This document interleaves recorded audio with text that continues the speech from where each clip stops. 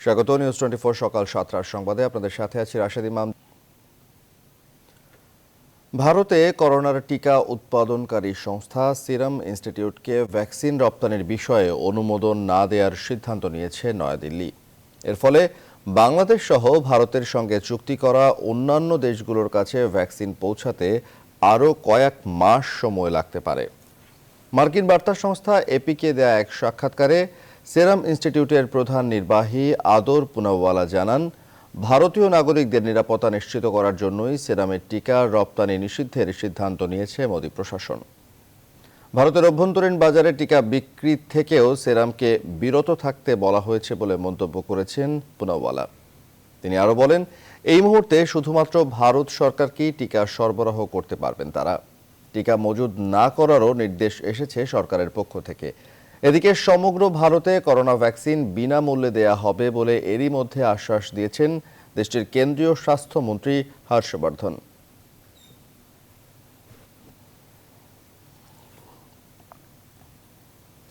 উৎপাদন ও অর্থনৈতিক অগ্রগতির বিভিন্ন সূচকে ক্রমেই এগিয়ে যাচ্ছে বাংলাদেশ। তলাবিহীন ঝুড়ির তকমা ঝেড়ে বিশ্ব র্যাঙ্কিংয়ে শীর্ষ জায়গা করে নিচ্ছে দক্ষিণ এশিয়ার ছোট্ট এই দেশটি। বিশ্বের বড় বড় বিশ্ববিদ্যালয় থেকে শুরু করে ক্ষমতাধর অনেক রাষ্ট্রই এখন গবেষণা করছে বাংলাদেশের কৌশল নিয়ে। করোনা পরবর্তী বিশ্বেও এই অগ্রগতি ধরে রাখতে নানামুখী উদ্যোগের কথা বলছেন বিশিষ্ট অর্থনীতিবিদরা। বিস্তারিত জানাচ্ছেন লাকমিনা জেসমিন সোমা। দেশ বিদেশে অর্থনীতি নিয়ে গবেষণার অন্যতম অনুষঙ্গ কিংবা বিষয়ই এখন বাংলাদেশ প্যারাডক্স।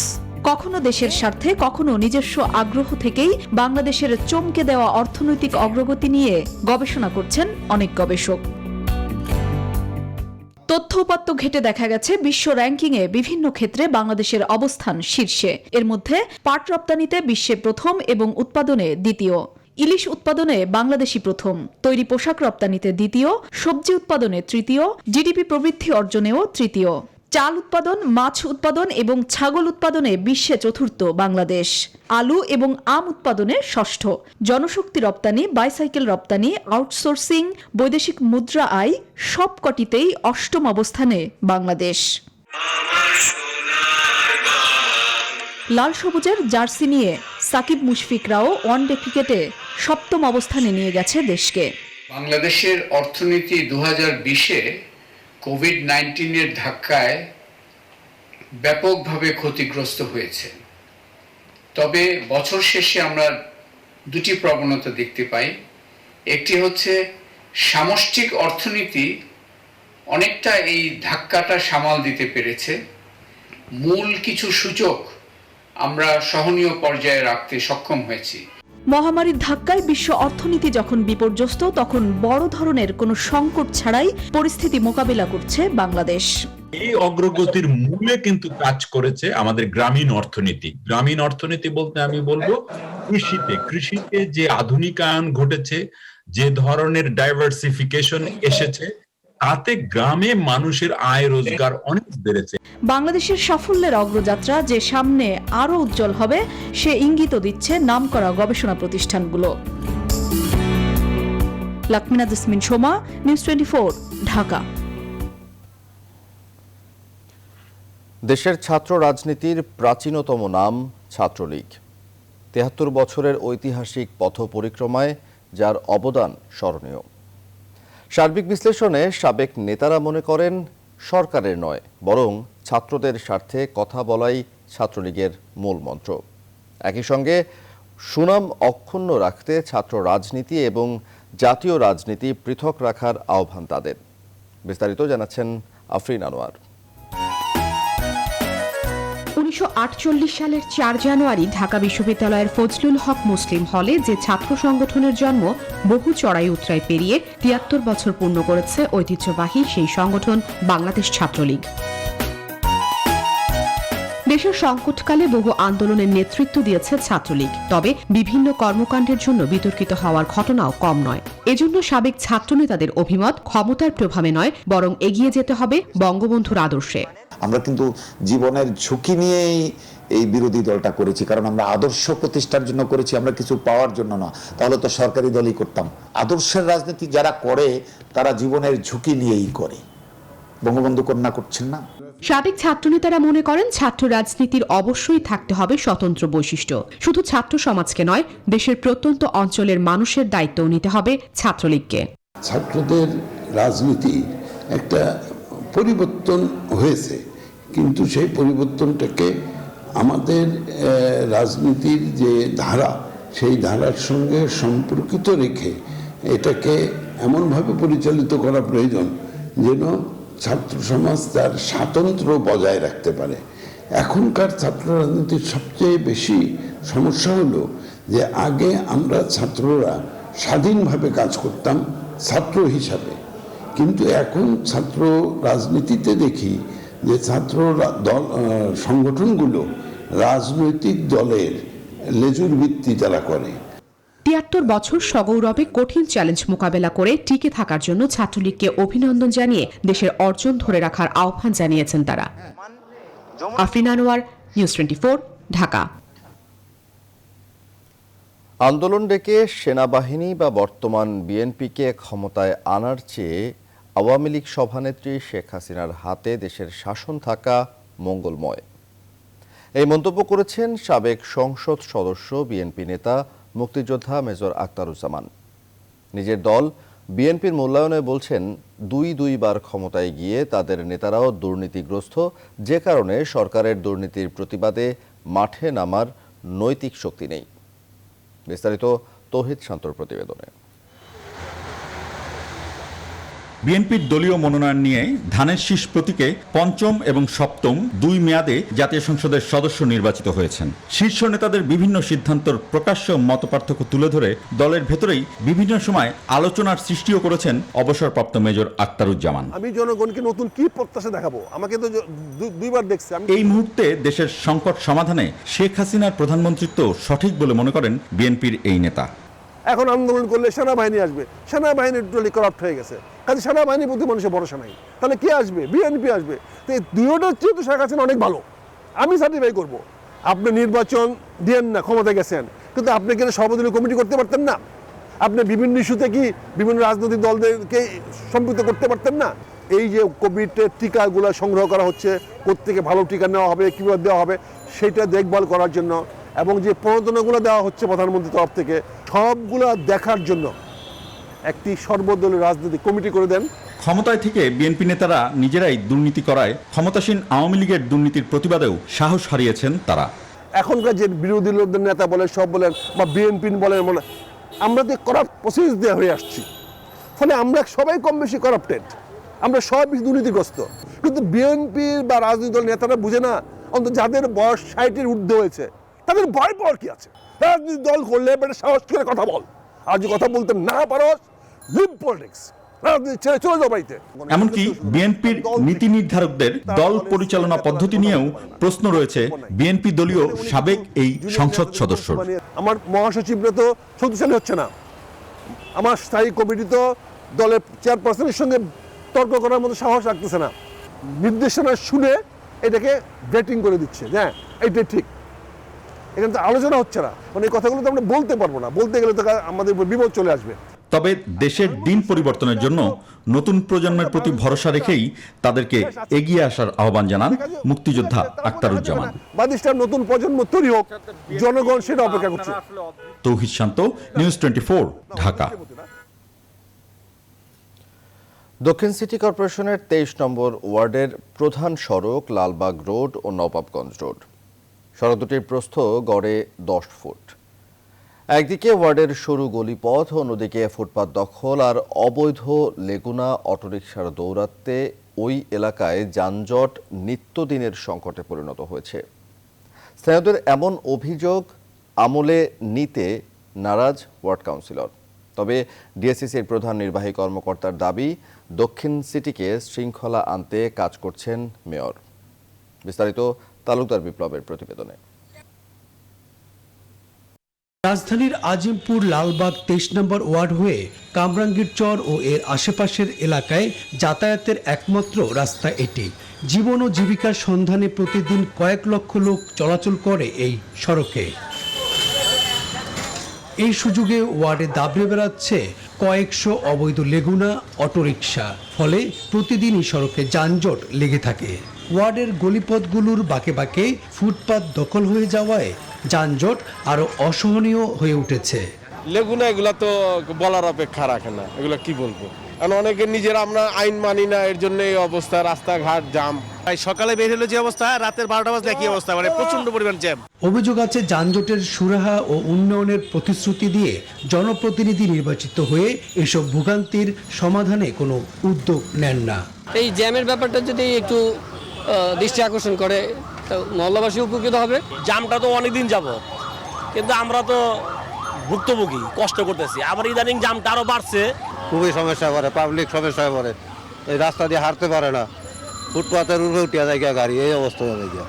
স্থানীয় কাউন্সিলরও এসব দুর্ভোগ আমলে নিতে চান না, বলেন যুগ যুগ ধরে চলছে এসব যানজট।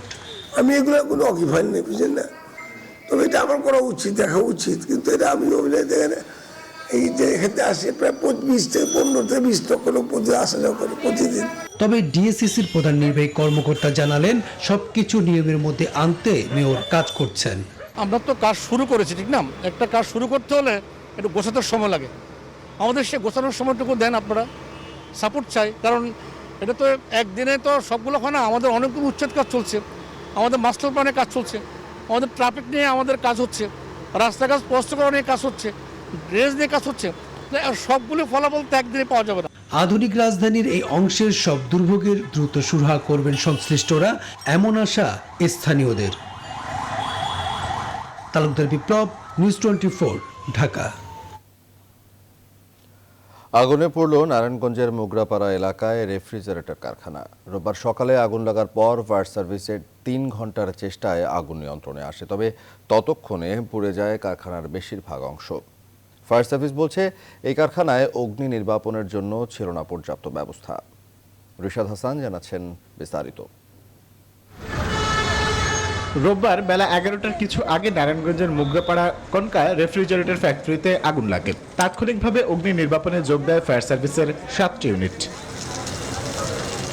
পরে একে একে আরো 5টি ইউনিট আগুন নিয়ন্ত্রণে যোগ দেয়। ঘটনায় এক শ্রমিক আহতের খবর পাওয়া যায়। প্রত্যক্ষদর্শীরা জানান মুহূর্তেই ছড়িয়ে পড়ে রেফ্রিজারেটর কারখানার আগুন। পাইপ লাগাতে লাগাতে আগুন অর্ধেক চলে আসছে, তারপর দেখছি পুরোটা 5 মিনিটের মধ্যে ক্লিয়ার। উপরে আইছে, ছাদে রাখিয়া দিয়ে কঙ্কাত আগুন ধরছে, পরে হাত দিয়ে এমুরে আইতে চাই দিয়ে মুহূর্তের মধ্যে ছড়াই গেছে। ফতন্তনে কোনো দশ কোনাত্তন দইরা হে আবার সামনে আইছে। প্রাথমিকভাবে আগুনের সূত্রপাত সম্পর্কে জানাতে পারেনি ফায়ার সার্ভিস। প্রায় 3 ঘন্টার চেষ্টায় নিয়ন্ত্রণে আসে আগুন। এখন আগুন ফ্লেম নেই, ড্যাম্পিং ডাউন চলছে। আমরা একটা 22 মিনিটে নিয়ন্ত্রণ দিয়েছি। ফায়ার সার্ভিস জানায় কারখানায় অগ্নি নির্বাপন ব্যবস্থা পর্যাপ্ত নয়, যা ছিল তাও অকেজো। কনকা ফ্যাক্টরিতেও তার যে প্রতিরোধ ব্যবস্থা ছিল, কিন্তু যখন হলো আগুন লাগছে তখন কাজ করেনি। কারখানার ভেতরে বিভিন্ন কেমিক্যাল দাহ্য পদার্থের মজুদ থাকায় আগুন নিয়ন্ত্রণে বেগ পেতে হয়েছে। অগ্নিকাণ্ডের কারণ ও ক্ষয়ক্ষতির পরিমাণ জানতে তদন্ত কমিটি গঠন করেছে ফায়ার সার্ভিস। তবে এ বিষয়ে কারখানা কর্তৃপক্ষের কেউ কথা বলতে রাজি হননি। রিশাদ হাসান, নিউজ 24, নারায়ণগঞ্জ। দর্শক, সকাল 7টার সংবাদের সময় হলো বিরতির। আরো সংবাদ নিয়ে ফিরছি সঙ্গে।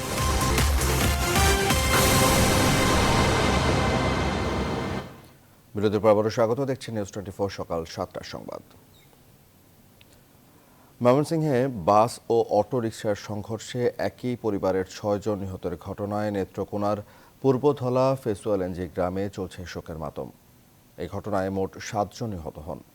নিহতরা সবাই অটোরিকশার যাত্রী। সৈয়দ নোমান ও সোহান আহমেদ কাকুনের পাঠানো তথ্যচিত্রে বিস্তারিত ডেস্ক রিপোর্টে। রোববার দুপুর 12:30টার দিকে ময়মনসিংহ হাসপাতাল থেকে 2 দিনের নবজাতক শিশুকে নিয়ে নেত্রকোনার পূর্বধলা ফেচুয়ালেঞ্জি গ্রামে সিএনজি অটোরিকশায় করে নিজ বাড়িতে ফিরছিলেন পরিবারের সদস্যরা। এ সময় সিএনজিটি ময়মনসিংহের গাছতলা এলাকায় পৌঁছলে নেত্রকোনা থেকে ঢাকাগামী শাহজালাল পরিবহনের একটি বাসের সঙ্গে অটোরিকশার সংঘর্ষ হয়। এতে ঘটনাস্থলে অটোরিকশার চালকসহ 7 জন প্রাণ হারান। নিহতরা হলেন ফেঞ্চুয়ালেঞ্জি গ্রামের নিজামুদ্দিন, মাওলানা ফারুক আহমেদ, ফারুকের স্ত্রী মাসুমা আক্তার, নবজাতক ছেলে শিশু বোন জুলেখা বেগম, নিজামুদ্দিনের স্ত্রী জোসনা বেগম এবং সিএনজি চালক ময়মনসিংহ সদরের চর লক্ষ্মীপুর গ্রামের রাকিবুল হাসান সোহাগ। ঠিক মিডিলে পড়ার পরে ওইটারে শেষে প্রায় 200 গজের মতো আনছি, এই পর্যন্ত আনছি। শাহজালাল পরিবহন ঢাকাগামী সিএনজির সাথে মুখোমুখি সংঘর্ষ হয়। সংঘর্ষের পরিপ্রেক্ষিতে সিএনজিতে সকল আরোহী ঘটনাস্থলে মারা যায়।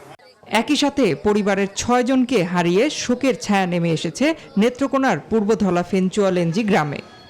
5 ভাই, 2 ভাই মারা গেছে, 2 ভাই বউ মারা গেছে আর 1 বোন আর বাচ্চা।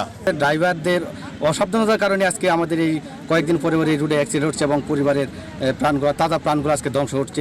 বাসটিকে আটক করতে পারলেও চালক পলাতক। জেলা প্রশাসকের পক্ষ থেকে নিহতদের পরিবারের জন্য আর্থিক সহায়তার আশ্বাস দেওয়া হয়েছে। Desk report, news 24। বরিশালে পুলিশ হেফাজতে এক যুবকের মৃত্যুর প্রতিবাদে এবং অভিযুক্ত পুলিশের কঠোর বিচারের দাবিতে বিক্ষোভ এবং মহাসড়ক অবরোধ করে বিক্ষোভ করেছে এলাকাবাসী। রোববার সন্ধ্যায় বিক্ষুব্ধ এলাকাবাসী নগরীর সাগরদী শেরেবাংলা সড়কে গোয়েন্দা পুলিশের অতিরিক্ত অভিযুক্ত উপপরিদর্শক মহিউদ্দিনের বাসার জানালার গ্লাস ভাঙচুর করে। খবর পেয়ে মেট্রোপলিটন পুলিশের ঊর্ধ্বতন কর্মকর্তা ঘটনাস্থলে গিয়ে অভিযুক্তদের বিচারের আশ্বাস দেওয়ায় অবরোধ তুলে নেয় বিক্ষুব্ধরা।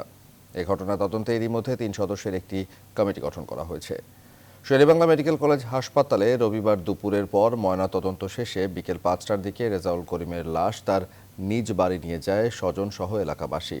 এ সময় স্থানীয়রা রেজাউল হত্যার বিচারের দাবিতে তার লাশ নিয়ে সাগরদী মাদ্রাসার সামনে মহাসড়ক অবরোধ করে।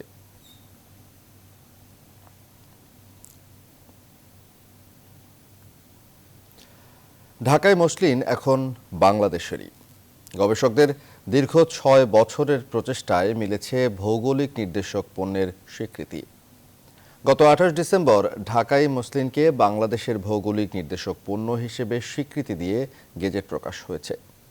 শিগগিরই বাংলাদেশ প্রবেশ করতে যাচ্ছে মসলিনের নতুন যুগে। রাজশাহী থেকে কাজী শাহেদের প্রতিবেদন। লন্ডনে প্রদর্শনের 170 বছর পর বাংলাদেশে বোনা হয়েছে ঐতিহ্যবাহী মসলিন শাড়ি। গবেষকরা 6 বছর চেষ্টায় আবারও মসলিন বুনতে সফল হয়েছেন। প্রধানমন্ত্রীর নির্দেশে ঢাকায় মসলিন তৈরির প্রযুক্তি ও পুনরুদ্ধার নামের প্রকল্পটি 2014 সালে হাতে নেওয়া হয়েছিল। প্রকল্পের সবচেয়ে কঠিন ধাপ ছিল মসলিনের কাঁচামাল ফ্রুটি কার্পাস জাতের তুলা গাছের সন্ধান। ইতিহাস বিশ্লেষণ করে 2017 সালে গাজীপুরের কাপাসিয়ার গ্রামে মেলে ফ্রুটি কার্পাস জাতের তুলা গাছ। খবর পেয়ে গবেষকরা গিয়ে তুলার ধরন দেখে নিশ্চিত হন এ দিয়ে মসলিন কাপড় তৈরি সম্ভব। নতুন করে তৈরি চরকা দিয়ে বিদেশ থেকে আমদানি করা সুতায় 40 তাঁতের মসলিন তৈরির প্রশিক্ষণ চলে 2 বছর। আর তাঁতপিট লুম চালানোর প্রশিক্ষণ দেয়া হয় 6 জনকে। এরপরই সফলতার মুখ দেখে প্রকল্পটি। কিছুদিন পরে আমরা জানতে পারলাম যে বেশ কয়েকটা ওখানে এই কটনের গাছ আছে, যেটা আবাদ হয় না কিন্তু মানুষের বাড়ির আশেপাশে আছে। ফ্রুটি কার্পাসের যে মানে লেখচিত্র বা ইতিহাসে যে সাক্ষ্য দেয় সেই রকম কিছু ফিচার আমরা মিলে গেলাম ওই কটনের। তখন থেকে আমরা ওই কটন থেকে আমরা জাম প্লাজম কালেক্ট করি। প্রশিক্ষণ পাওয়া 6 জন তাঁতিকে দিয়ে কুমিল্লার চান্দিনায় 300 থেকে 450 কাউন্টের সুতা বানানো শুরু হয়। সেই সুতায় সোনারগাঁওয়ে বানানো হয় কাপড়। প্রায় 300 বছর পর সেই সুতা দিয়ে তৈরি করা হয় 6টি শাড়ি, যার মধ্যে একটি প্রধানমন্ত্রীকে উপহার হিসেবে দেয়া হয়। পসিবল একটা আমরা মানে স্কেচ তৈরি করেছিলাম কাল্পনিক বিভিন্ন হিস্টোরিক্যাল ডকুমেন্ট থেকে, তার সাথে মিলিয়ে এবং ট্যাক্সোনমিক জেনেটিক স্টাডি করে আমরা একটা জাত ঠিক করলাম এবং সেই জাতটা একটু বেশি করে লাগিয়ে তুলা বানিয়ে আমরা তখন ওই পার্টিকে দিলাম। প্রায় 10 মাস আগে মসলিনের 5টি নমুনা দিয়ে জিআই স্বীকৃতির জন্য আবেদন করে বাংলাদেশ। গত 28 ডিসেম্বর ঢাকায় মসলিনকে বাংলাদেশের ভৌগোলিক নির্দেশক পণ্য হিসেবে স্বীকৃতি দিয়ে গেজেট প্রকাশ হয়। এতে করে মসলিনের উৎপত্তি, বুনন পদ্ধতি ও সুতা বাংলাদেশের বলে আন্তর্জাতিক স্বীকৃতি দেওয়া হয়। অ্যাকচুয়ালি যে মসলিন, ঢাকাই মসলিন, সেটা বাংলাদেশের তুলা ছাড়া হবে না। ক্যারোলাস লিনিয়াস বলে বিখ্যাত একজন সায়েন্টিস্ট 1735 সালে বলে গেছে যে ঢাকার আশপাশে এই ধরনের ফ্রুটি কার্পাস বলে এক ধরনের তুলা, যাকে ট্রি কটন বলা হতো, গসিপিয়াম আরবোরিয়াম, সেই তুলার থেকে ওই মসলিন কাপড় তৈরি হতো। গবেষকরা আশা করছেন সরকারি ও বেসরকারি উদ্যোগে খুব শীঘ্রই দেশের মসলিনের বাণিজ্যিকভাবে উৎপাদন শুরু হবে। এতে করে বাংলাদেশ পা দেবে মসলিনের নতুন অধ্যায়ে। কাজী শাহেদ, নিউজ 24, রাজশাহী। আমন মৌসুমের এই সময়ে চালের দর কম আর ধানের দর বৃদ্ধির কথা থাকলেও বাস্তব চিত্র ঠিক উল্টো। দিনাজপুরে আবারও অস্থির চালের বাজার। গেল এক মাসের ব্যবধানে সব ধরনের চালের দাম কেজিতে বেড়েছে 8 থেকে 10 টাকা। দফায় দফায় চালের দর বৃদ্ধিতে বিপাকে ক্রেতারা। নওগাঁয় কমেছে সব ধরনের ধানের দর মন প্রতি 80 থেকে 100 টাকা। এতে লোকসান গুনতে হচ্ছে কৃষকদের। ফখরুল হাসান পলাশ ও বাবুল আক্তার রানার তথ্যচিত্রে ডেস্ক রিপোর্ট। দেশের সিংহভাগ চাল উৎপাদনের জেলা দিনাজপুর। এই জেলায় গেল কয়েক বছরের চেয়ে এবছর রেকর্ড পরিমাণে বেড়েছে চালের দাম। গেল এক মাসের ব্যবধানে প্রকারভেদে চালের দাম প্রতি কেজিতে বেড়েছে 8 থেকে 10 টাকা। এখানকার খুচরা বাজারগুলোতে মোটা স্বর্ণা চাল কেজিতে বিক্রি হচ্ছে 43 থেকে 45 টাকায়। বিআর 28 চাল 53 থেকে 55 টাকা আর মিনিকেট চাল বিক্রি হচ্ছে 58 থেকে 60 টাকা দরে। দফায় দফায় চালের দর ঊর্ধ্বগতিতে থাকায় বিপাকে পড়েছে সাধারণ ক্রেতারা। যেটা ছিল 44 টাকা কেজি সেটা কয় 60 টাকা কেজি। আমরা নেই কিভাবে? কি সমস্যা, এই যে খাচ্ছি কম করে খাচ্ছি। চালের দর বৃদ্ধির কারণ হিসেবে মিলারদের কারসাজিকেই দুষছেন ব্যবসায়ীরা। মিলারদের কাছেও কিনতে হচ্ছে আমাদের বেশি দামে। ওনারা যদি বস্তা 100 কমায় আমাদেরও এখানে কমবে। চাহিদার তুলনায় চাল সরবরাহ কম থাকার কারণেই বেড়েছে দর, এমন অজুহাত মিল মালিকদের। খুব ত্বরিত আমদানি করে এটার মার্কেটটা এর ইফেক্ট মার্কেটে পড়বে এবং আশা করি যে মার্কেট বেশ কমে যাবে। চালের দর বাড়লেও ঠিক উল্টো চিত্র নওগাঁয়। এখানকার হাট বাজারে সব ধরনের ধানের দাম কমেছে মন প্রতি 80 থেকে 100 টাকা। গেল সপ্তাহে প্রতিমন স্বর্ণা 5 জাতের ধান বিক্রি হয়েছে 1150 থেকে 1170 টাকায়। বর্তমানে তা বিক্রি হচ্ছে 1050 টাকায় আর 1380 টাকার জিরাশাইল ধান বিক্রি হচ্ছে 1280 টাকায়। একইভাবে কমেছে গুটি স্বর্ণা ও কাটারি জাতের ধানের দরও। হঠাৎ করে ধানের দর পতনে দিশেহারা কৃষক। ধানের দাম মনে 100 টাকা কমে গেছে, আমরা কৃষকেরা কিভাবে বেচবো? ধানের দাম কমে যাওয়ায় আমরা কৃষকেরা খুব বিভ্রান্তিতে পড়ছি। এখন আমরা সামনে মৌসুমে ইরির আবাদ করব কিভাবে? চলতি সপ্তাহে নওগাঁয় 1,91,027 হেক্টর জমিতে আমন ধান উৎপাদন করেছে কৃষকরা। Desk report, news 24। সকালের সংবাদের সময় হলো আরেকটি বিরতির, আরো সংবাদ নিয়ে ফিরছি সঙ্গে।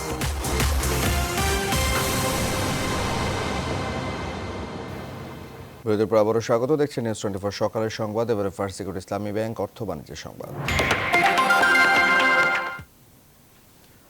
ভারত থেকে পেঁয়াজ আমদানি পুরোপুরি বন্ধ করা সম্ভব নয়, তবে বাংলাদেশের পেঁয়াজ চাষিরা যেন ক্ষতির মুখে না পড়েন সে লক্ষ্যে নতুন করে আমদানি শুল্ক নির্ধারণ করা হবে বলে জানিয়েছেন বাণিজ্যমন্ত্রী টিপু মুন্সি। রোববার সচিবালয়ে সাংবাদিকদের কাছে এসব কথা বলেন তিনি।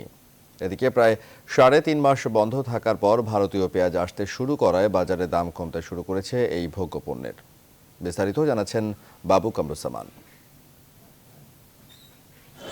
গেল বছরের 14 সেপ্টেম্বর হঠাৎ করেই ভারত সরকার বাংলাদেশে পেঁয়াজ রপ্তানি বন্ধ করে দেয়। ফলে দুর্বিপাকে পড়ে দেশের সাধারণ ভোক্তারা। নাগালের বাইরে চলে যায় নিত্যপণ্য পেঁয়াজের দাম। গত 28 ডিসেম্বর ভারত রপ্তানি নিষেধাজ্ঞা তুলে নেওয়ার পর আবারও পেঁয়াজের আমদানি শুরু হয়েছে। টানা 3.5 মাস পর দিনাজপুরের হিলি স্থলবন্দর দিয়ে ভারতীয় পেঁয়াজ আসতে শুরু করায় স্থানীয় পাইকারি বাজারে দাম কমেছে 10 থেকে 12 টাকা। এছাড়া সাতক্ষীরার ভোমরা বন্দর দিয়ে রোববার 242 মেট্রিক টন পেঁয়াজ প্রবেশ করেছে বলে জানায় কাস্টমস কর্তৃপক্ষ। হিলি পোর্ট দিয়ে প্রায় প্রতিদিন 30 থেকে 40টা, অন্য পোর্ট দিয়ে প্রায় সব মিলিয়ে বাংলাদেশে ভারত থেকে আসে প্রায় 200 গাড়ি। এইরকম যদি স্বাভাবিক আমদানি হয় সেই ক্ষেত্রে পেঁয়াজের দাম অনেক কমবে। অলরেডি 2 গাড়ি আমদানি হয়েছে এবং আরও 13 গাড়ি ভারতে অপেক্ষা করছেন। এদিকে চট্টগ্রামের খাতুনগঞ্জেও পৌঁছেছে ভারতীয় পেঁয়াজ।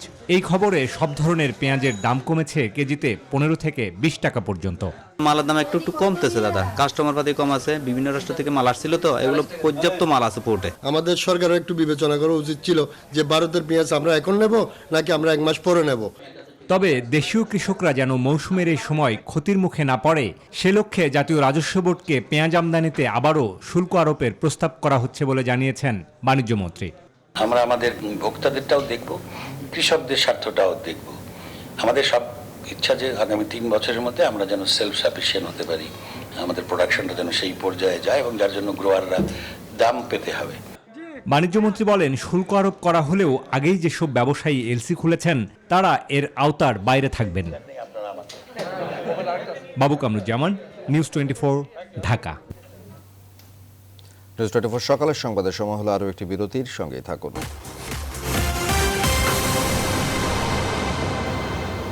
বিরতির পর আবারও স্বাগত নিউজ 24 সংবাদে। এবারে খেলার খবর। রাউল আর রবিনহোর গোলে ফেডারেশন কাপের কোয়ার্টার ফাইনালে শেখ জামালের বিপক্ষে 2-0 ব্যবধানে জয় পেয়েছে বসুন্ধরা কিংস। এই জয়ে সেমির টিকিট নিশ্চিত করল অস্কার ব্রুজনের দল। জয়ে খুশি Bashundhara Kings coach Oscar Bruzon.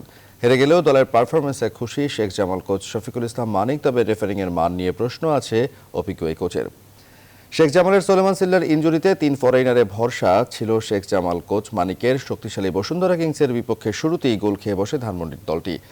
10 মিনিটে রাউল বেরেসার গোলে লিড নেয় বসুন্ধরা কিংস। এরপর ম্যাচের 79 মিনিটে ফ্রি কিক থেকে গোল করেন রবিনহো। 2-0 ব্যবধানের জয়ে সেমিফাইনাল নিশ্চিত করে ডিফেন্ডিং চ্যাম্পিয়নরা। এই ছিল সকালের সংবাদের আয়োজন। পুরো সময়ের সাথে থাকায় ধন্যবাদ সবাইকে।